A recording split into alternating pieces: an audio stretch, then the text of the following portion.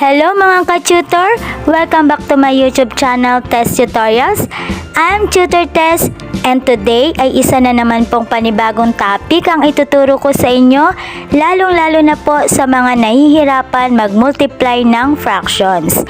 But before that, kung bago ka pa lamang po sa channel ko at sakaling magustuhan nyo ang video na ito, paki-like and subscribe naman po at paki-click na rin ang notification bell para ma-notify po kita sa mga susunod kong i-upload na videos.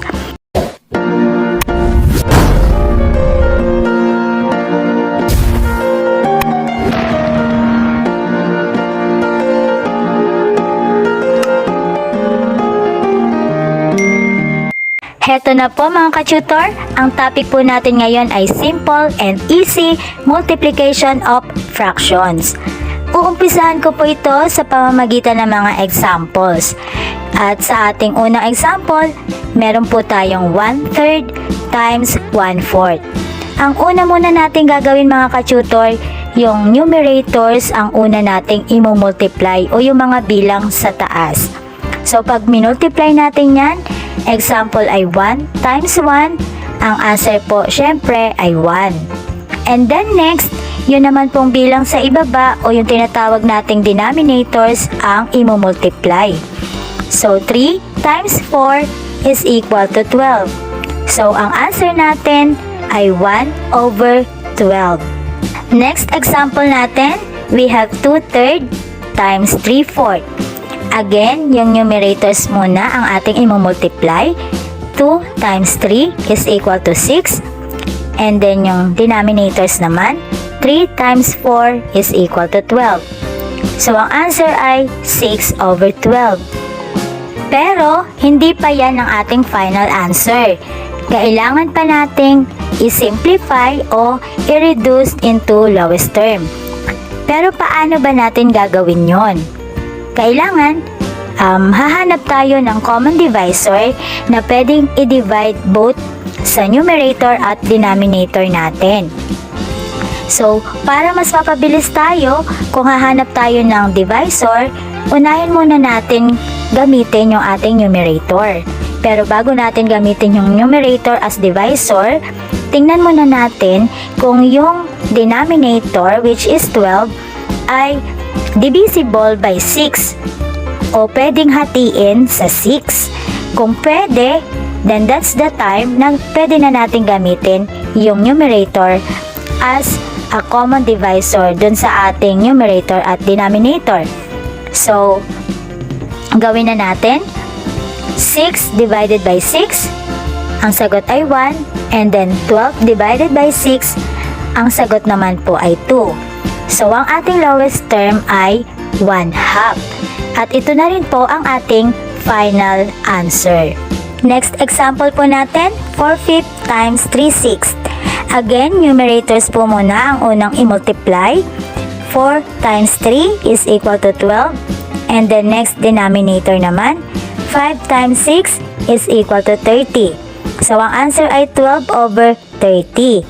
But this time, ay muli nating isi-simplify yung ating answer dahil malaki pa po ito at pwede pang paliitin. Kaya kukuhanin natin ang lowest term. So again, iisip na naman tayo ng common divisor para sa ating numerator at denominators na dapat ang sagot ay walang magiging remainder. So, kanina, ginamit natin yung numerator as common divisor. Pero ngayon, ang denominator natin ay hindi divisible by 12. So, hindi pwedeng hatiin yung 30 sa 12.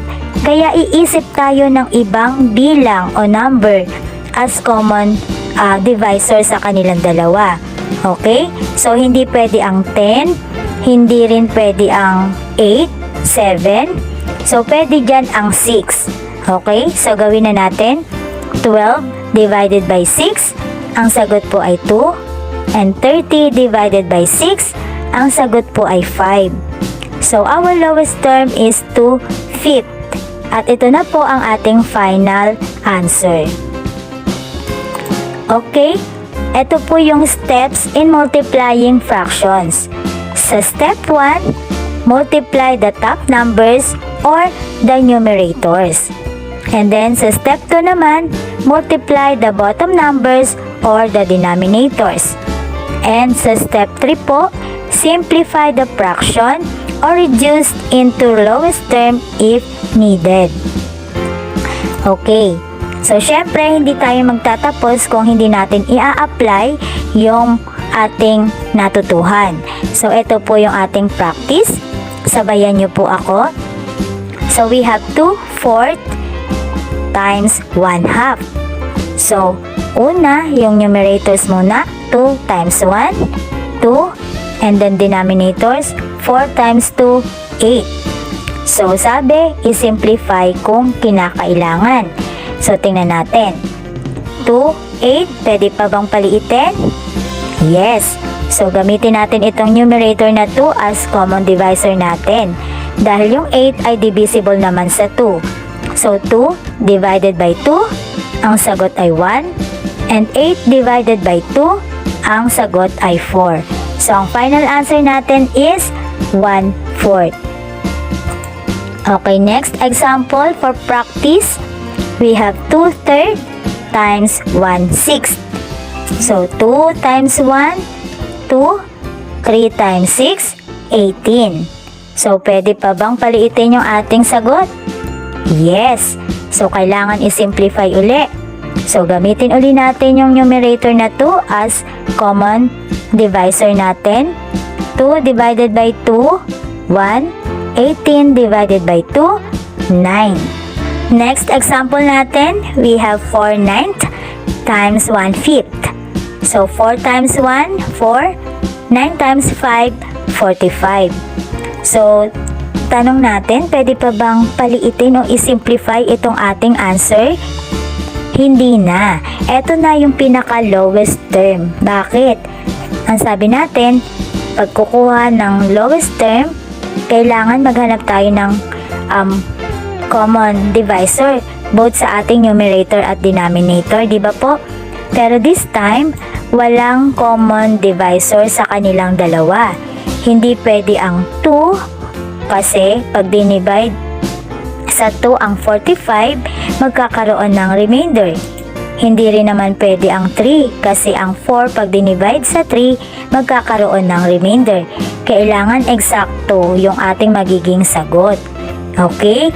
And please take note na pag nag-isip tayo ng common divisor, hindi dapat lumagpas pa o mas malaki kesa sa ating numerator. So, yung numerator, kung gagawin natin yung common divisor, yan na yung pinaka malaking common divisor. Okay? So, ang pinaka final answer na po natin is 4/45. Next, we have 2/8 times 2/8. So, 2 times 2, 4. 8 times 8, 64. So again, hahanap tayo ng common divisor para makuha natin o masimplify natin yung ating fraction o yung sagot na nakuha natin. So we have 4/64 at yung 64 ay divisible by 4, kaya pwede na natin gamitin itong ating numerator as common divisor. So 4 divided by 4, 1. And 64 divided by 4 is 16.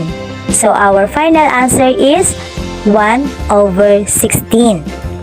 Okay, next. We have 1/4 times 3/7. Okay, 1 times 3, ang answer ay 3. And 4 times 7 is 28. So pwede pa ba itong isimplify? Hindi na. Kaya ang ating final answer ay 3/28. Wala na kasing common divisor sa kanilang dalawa. Okay? Next, we have 1/3 times 3/9. So 1 times 3, 3. 3 times 9, 27. So again, tanungin natin muna ang ating sarili. Ito bang nakuha nating sagot ay pwede pang isimplify? Yes, pwede pa. So, merong common divisor ang ating numerator at denominator. So, yung 27 ay divisible by 3, kaya gagamitin na natin itong numerator na 3 as our common divisor. So, 3 divided by 3, 1, and 27 divided by 3, 9. So, ang ating final answer is 1/9. Ayan po mga ka-tutor, sana po ay naunawaan ninyo at sana ay makatulong po ako sa pagmumultiply ninyo ng fractions. Marami pong salamat muli sa inyong panonood. Magkita-kita po tayong muli sa mga susunod ko pang videos.